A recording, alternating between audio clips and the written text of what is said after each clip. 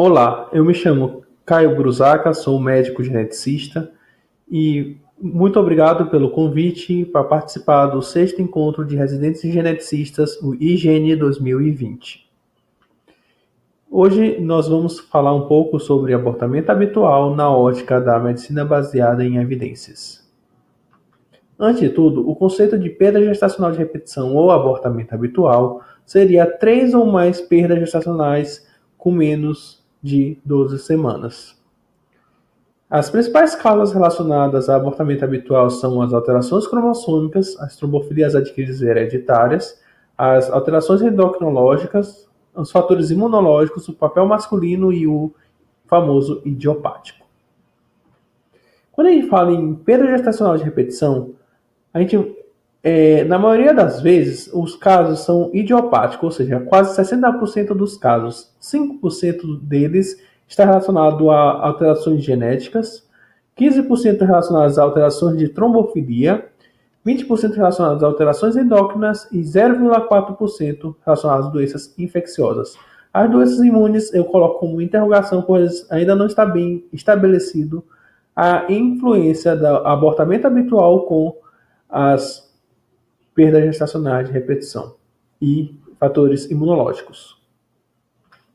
Quando a gente fala na avaliação inicial do casal que tem perdas, a gente sempre começa com a identificação, dados do local do nascimento, escolaridade, atividade laboral, é muito importante. Além disso, antecedentes pessoais do casal, principalmente, em especial da mulher, com a data do ano da primeira menstruação, o ciclo menstrual, doenças e cirurgias prévias e hábitos de vida, álcool, tabaco e drogas. Vale ressaltar que o álcool ele leva a síndrome fetal alcoólica, o consumo de álcool durante a gravidez, e o uso de tabaco na gravidez pode levar a perda gestacional. Vale lembrar dos maços de cigarro que tem aquela foto do feto, porque é uma causa de perda gestacional. E antecedentes familiares, com realização do aneudograma com pelo menos 3 gerações. Além disso, a gente tem que lembrar da avaliação do luto pós-perda e da questão da ansiedade, muitas vezes negligenciada pela equipe multiprofissional. Aqui está um pequeno fluxograma de todos os exames que são pedidos e o que a gente investiga num casal com perda gestacional de repetição. Desde as alterações cromossômicas, as trombofilias adquiridas hereditárias, as alterações endocrinológicas, alterações anatômicas e o famoso idiopático, ou seja, a principal causa de perda gestacional, que nós ainda não sabemos. Aqui eu acrescento a questão do manejo do luto pós-perda e o controle da ansiedade. Eu, como atendo muitos casais com perda gestacional de repetição, vejo que o casal é extremamente ansioso, em especial a mulher. A perda gestacional, ela mexe muito com o casal. Em especial, como falei, a mulher, ela se sente a maternidade interrompida e muitas vezes o controle emocional é muito mais importante do que a própria investigação da perda gestacional de repetição. Não adianta só apenas pedir uma série de exames e não explicar o que está acontecendo. Aqui eu vou falar um pouco sobre medicina baseada em evidências relacionadas ao Manual da Sociedade Europeia de Reprodução Humana e Embriologia, a ESHRE, em que em 2017 ele publicou esse documento. Esse documento é muito importante e é o que vale hoje para a perda gestacional de repetição. A Sociedade Americana de Reprodução Humana, ASRM, publicou em 2012, ou seja, já tem 8 anos atrasada. Eles não publicaram nenhum outro documento relacionado a consensos. Aqui, para mostrar um pouco sobre a influência das causas, bem como a sua contribuição nas perdas gestacionais de repetição. Aqui são as chances. Quando eu falo em chance ou odds, eu sempre gosto de falar, para o casal que tem perda, é muito mais fácil ter um bebê do que um casal que não consegue engravidar. Um casal que não consegue engravidar, ele basicamente necessita de reprodução assistida. E aqui a maioria dos casos de perda gestacional de repetição não é necessário reprodução assistida.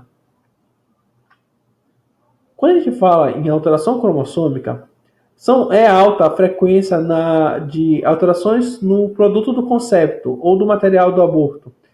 E há uma baixa incidência de alteração balanceada nos pais. 50 a 60% das causas embrionárias estão relacionadas às trissomias ou monossomias, dentre a mais comum de todas é a trissomia do cromossomo 16, mas as mais comuns, 21, 18 e 13, pode levar à perda gestacional precoce.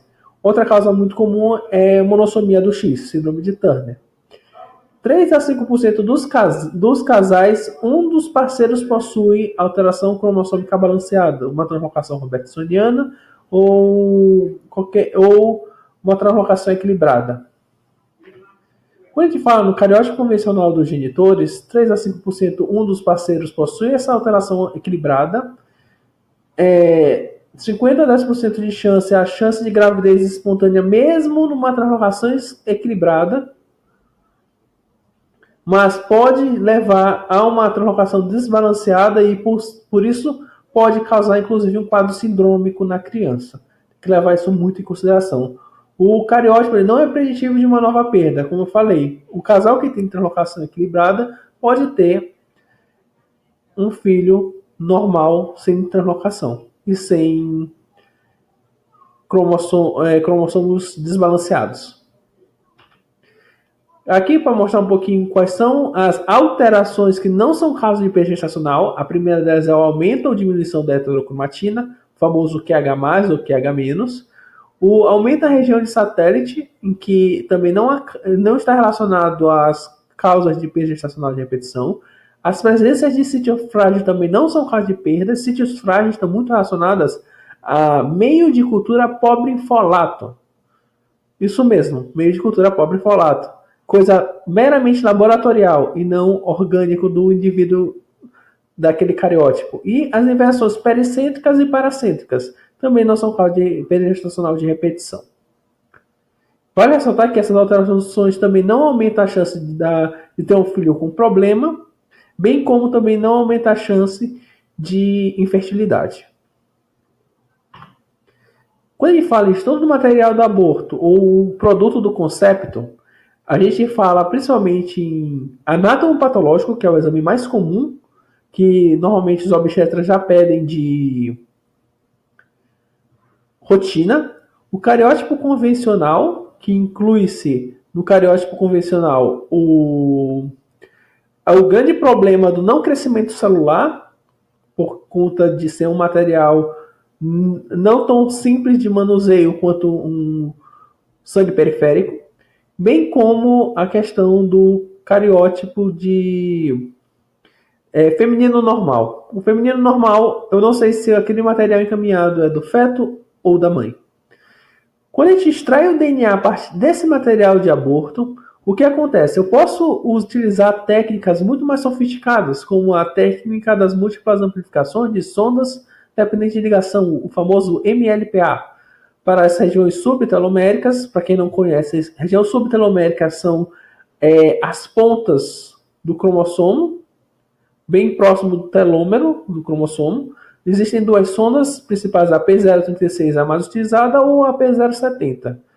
E as pesquisas de micro-rearranjos, SNP Array, CGH Array ou NGS. Do ponto de vista de custo, o MLPA é muito mais barato do que as pesquisas de micro-rearranjos, entretanto só vê regiões subteloméricas. Mas pensando em aneuploidias é o suficiente.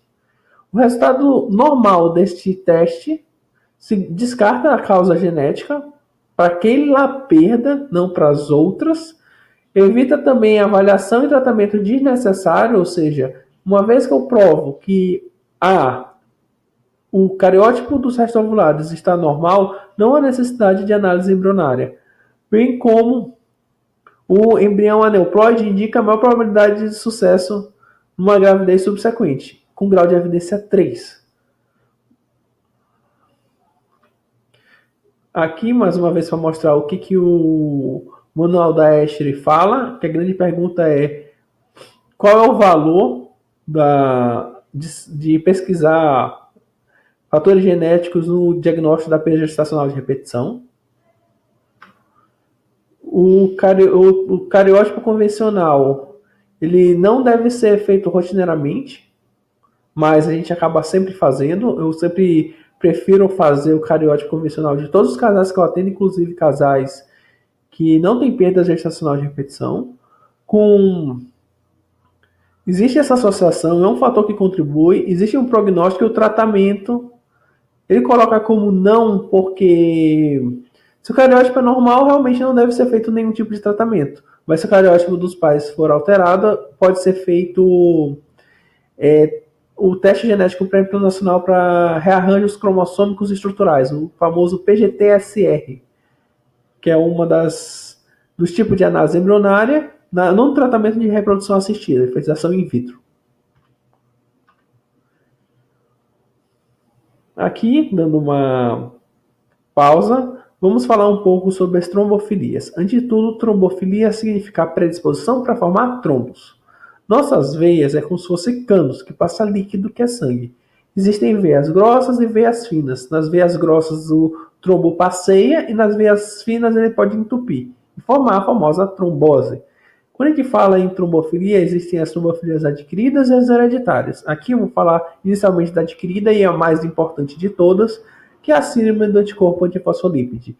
A síndrome do anticorpo antifosfolípide é uma condição, ou síndrome de Hughes, que está relacionado a uma doença autoinflamatória. E o lúpus eritematoso sistêmico.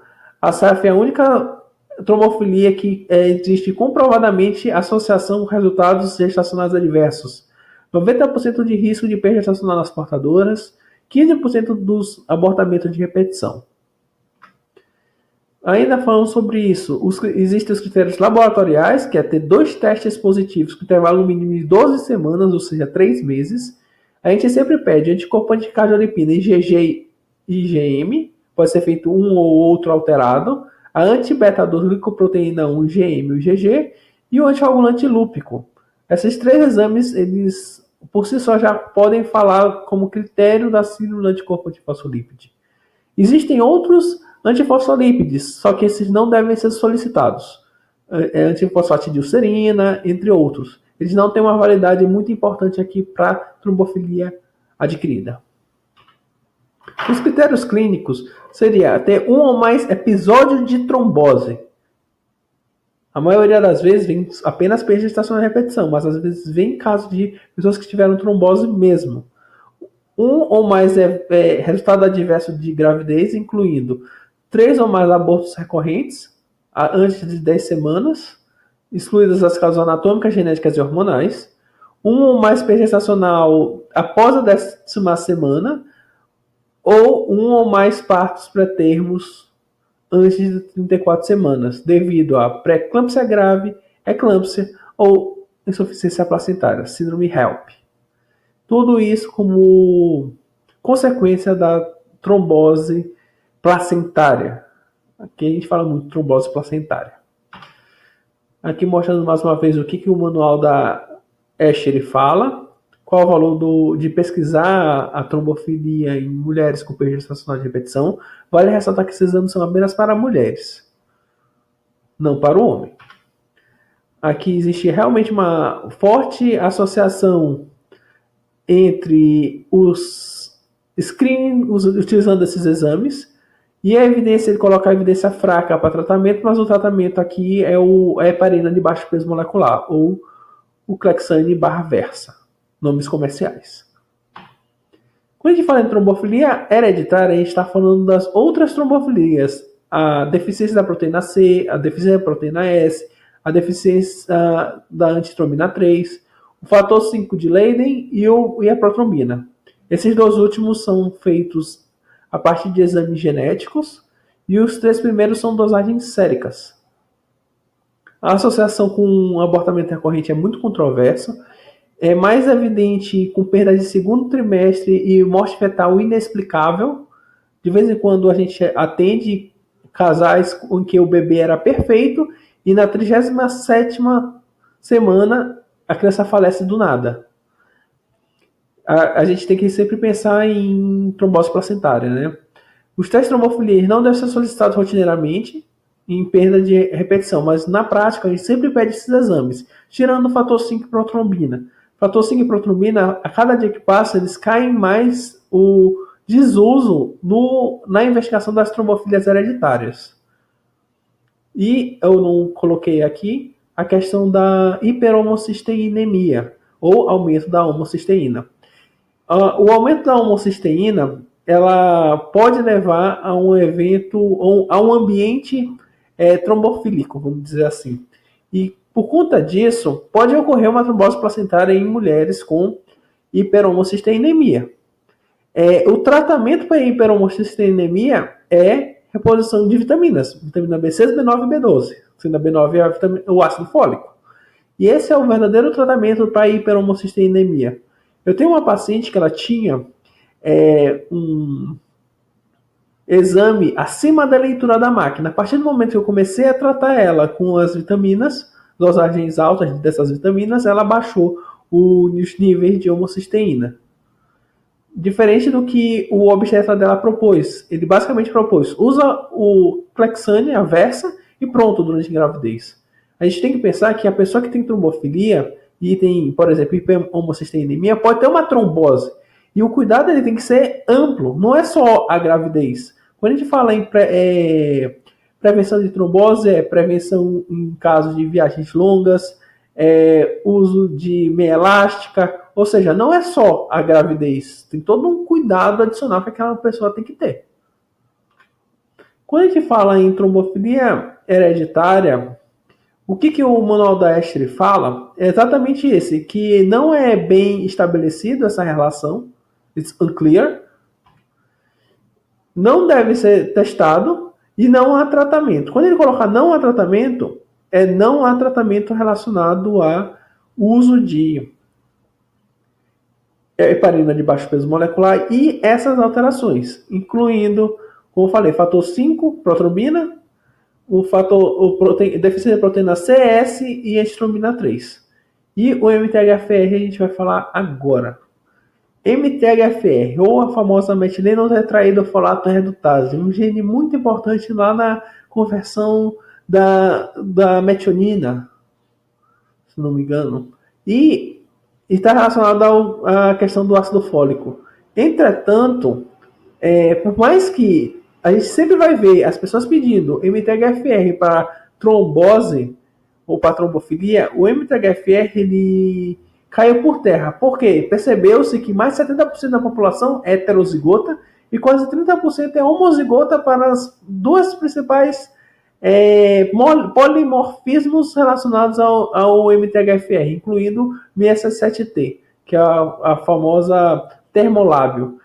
A American College of Medical Genetics publicou esse documento falando que não há evidência em pedir esses polimorfismos. Além disso, não deve ser pesquisado parentes que têm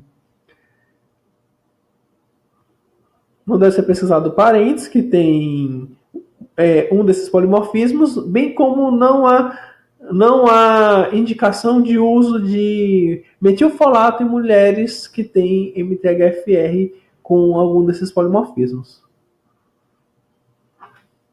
Das alterações endócrinas, a principal é a alteração tireoidiana. A alteração tireoidiana está muito relacionada à questão do valor do TSH.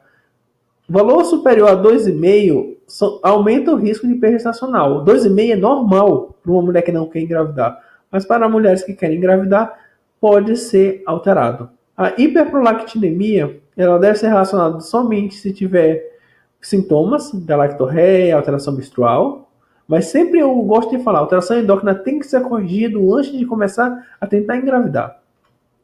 Os defeitos de fase lútea, existe alguma associação com abortamento de repetição? Entretanto, não existe nenhum exame, nem está recomendado dosagem de progesterona nesses casos. A mesma coisa, a síndrome dos ovários policísticos. O ambiente androgênico que o útero se encontra, ele pode ter alguma relação com o aumento de peso gestacional, mas não está bem estabelecido. Os níveis elevados de LH também é um fator de risco e não é indicação de realização de nenhum exame adicional para SOP. Fator imunológico. Essa questão é muito complicada. Existe alguma sugestão de associação de perda gestacional e fator imune. Mas como assim? Existem aquelas células de defesa, células NK, que podem estar associadas às falhas tanto a falha de implantação quanto a despesa gestacional de repetição. Mas estudos clínicos, tanto para tratamento quanto para provar que a célula NK tem alguma influência nessas duas condições, ainda não foi mostrado, tanto usando corticoide quanto imunoglobulina, e bem como o famoso intralípide. Para quem não conhece, o intralípide é a gordura de ovo emulsificada. Não sei exatamente como é que maionese vai curar uma mulher com perda gestacional de repetição, mas esse é o famoso intralípide.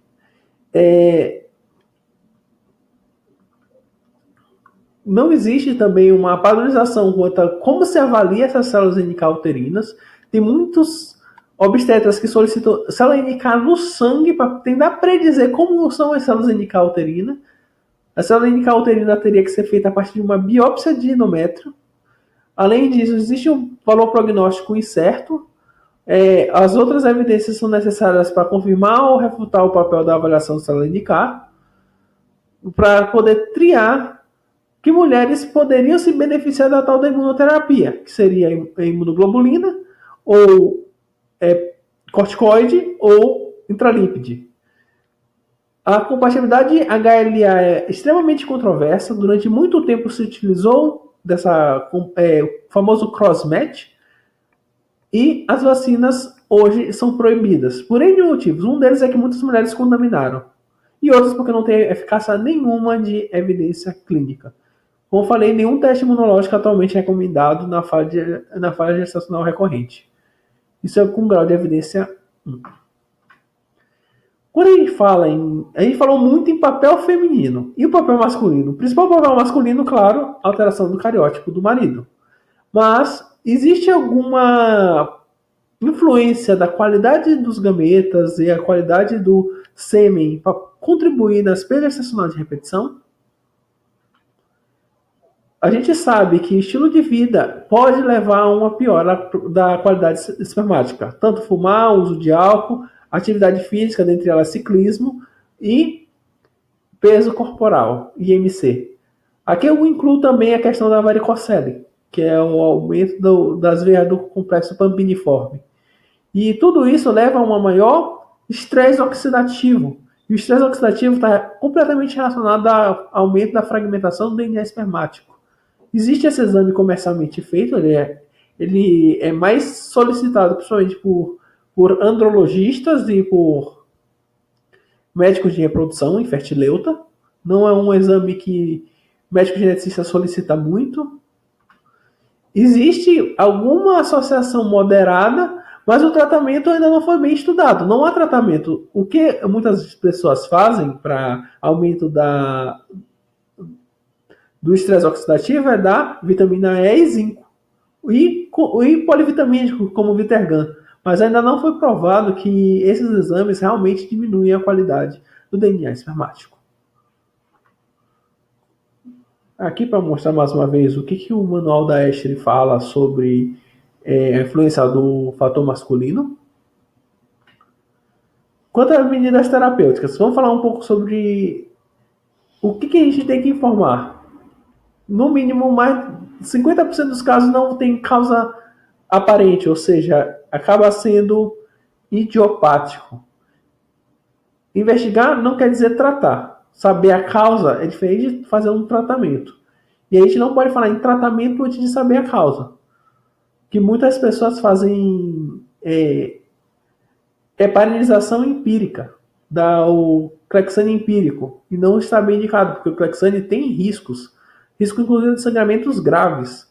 Teve um caso muito emblemático de uma paciente que tomou Clexane sem indicação, teve um AVC hemorrágico, foi parar na UTI e está hoje num quadro vegetativo, muito complicado.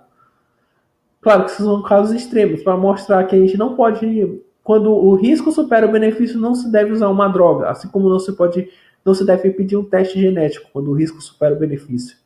Sempre orientar os hábitos de vida saudável, informar que o prognóstico de uma gravidez é boa. Fazer o plano de acompanhamento de uma futura gestação.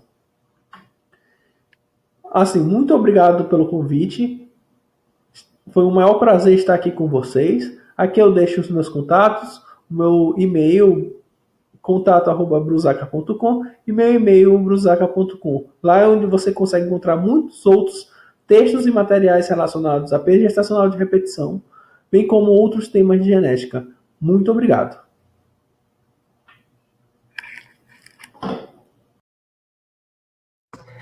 Gente, se prepara que já já vão entrar, tá?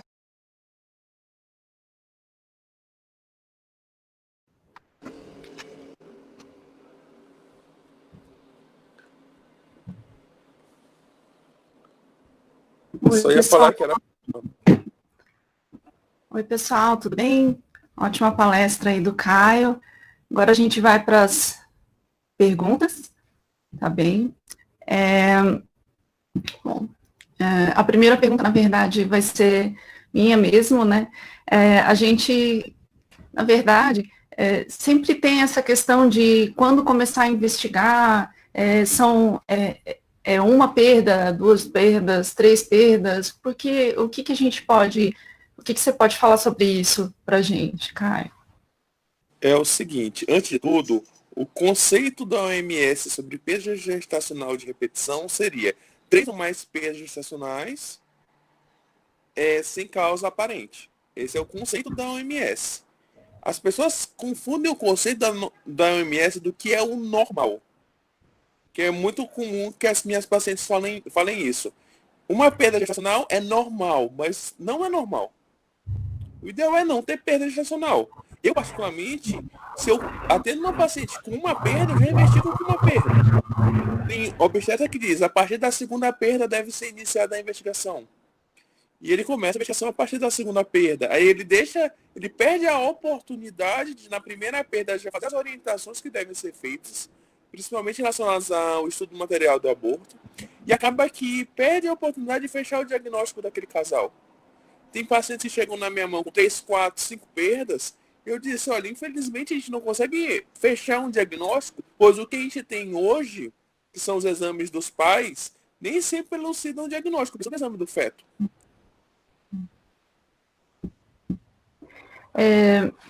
Ótimo.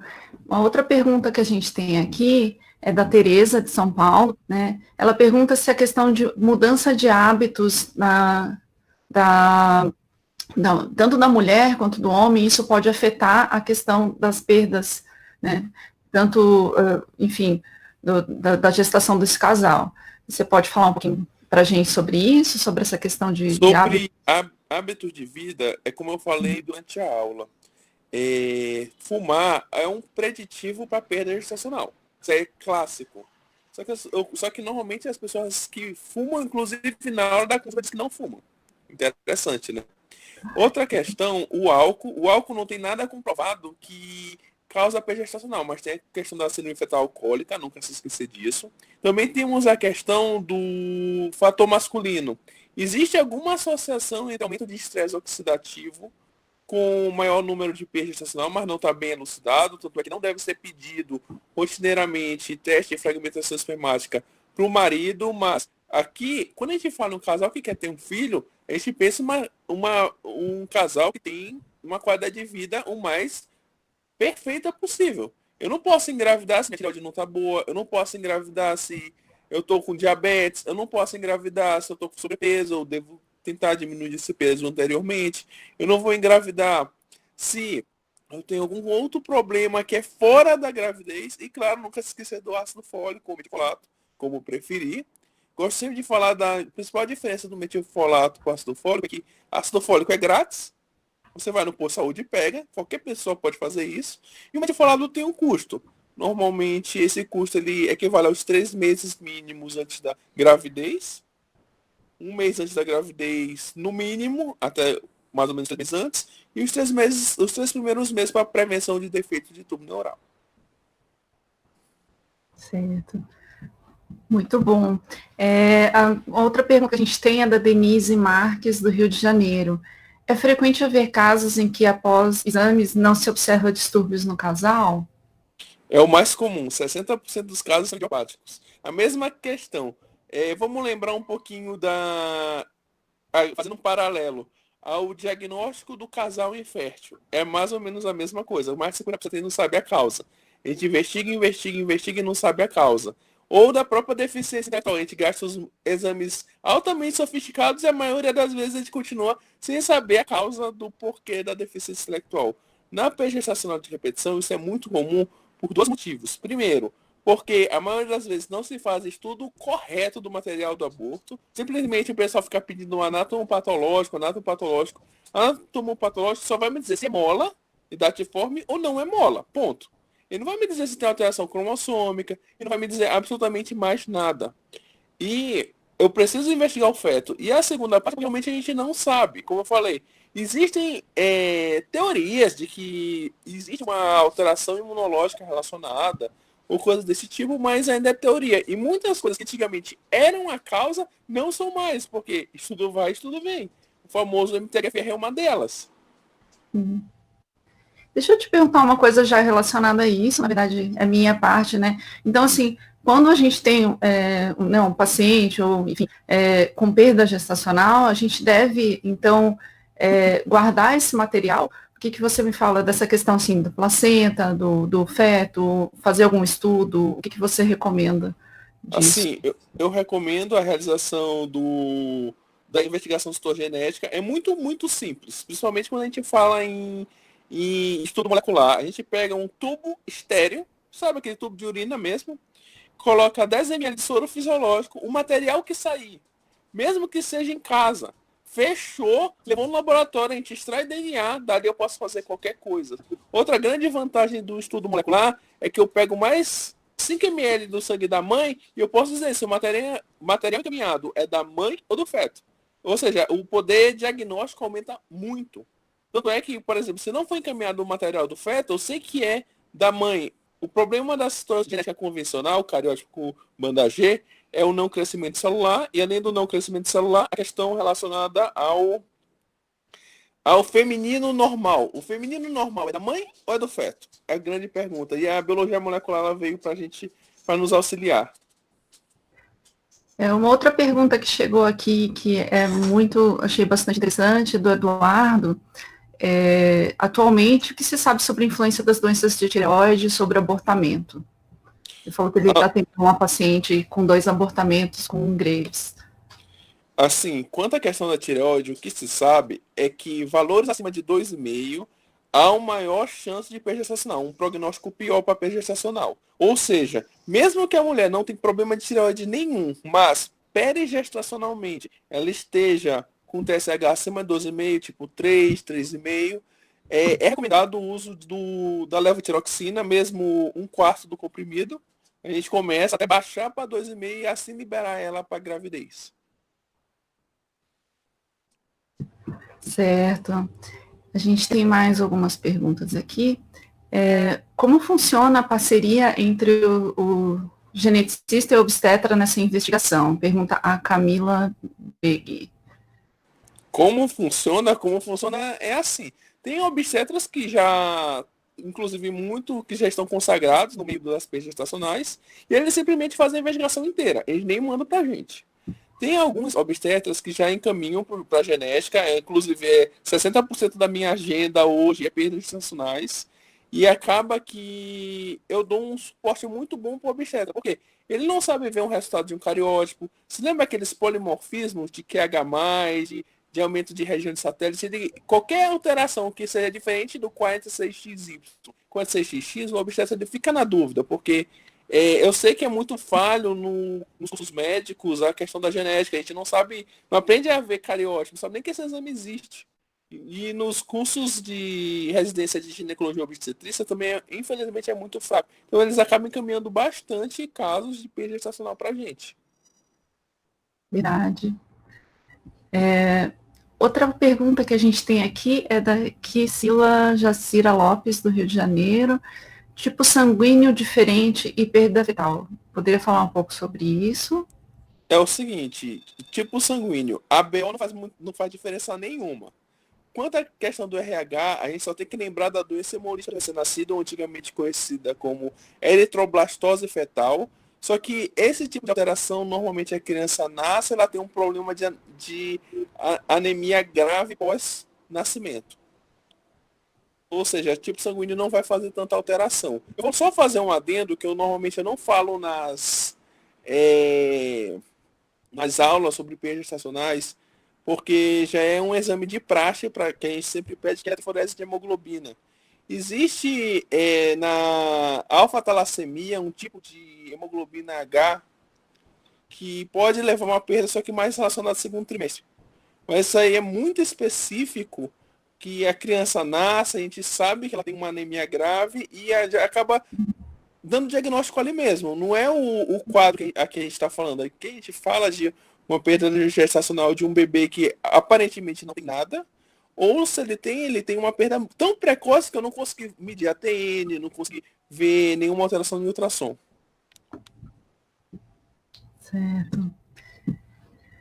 Outra pergunta é da Rayonara Sobrinho. Então, havendo somente uma perda, é possível já investigar a causa?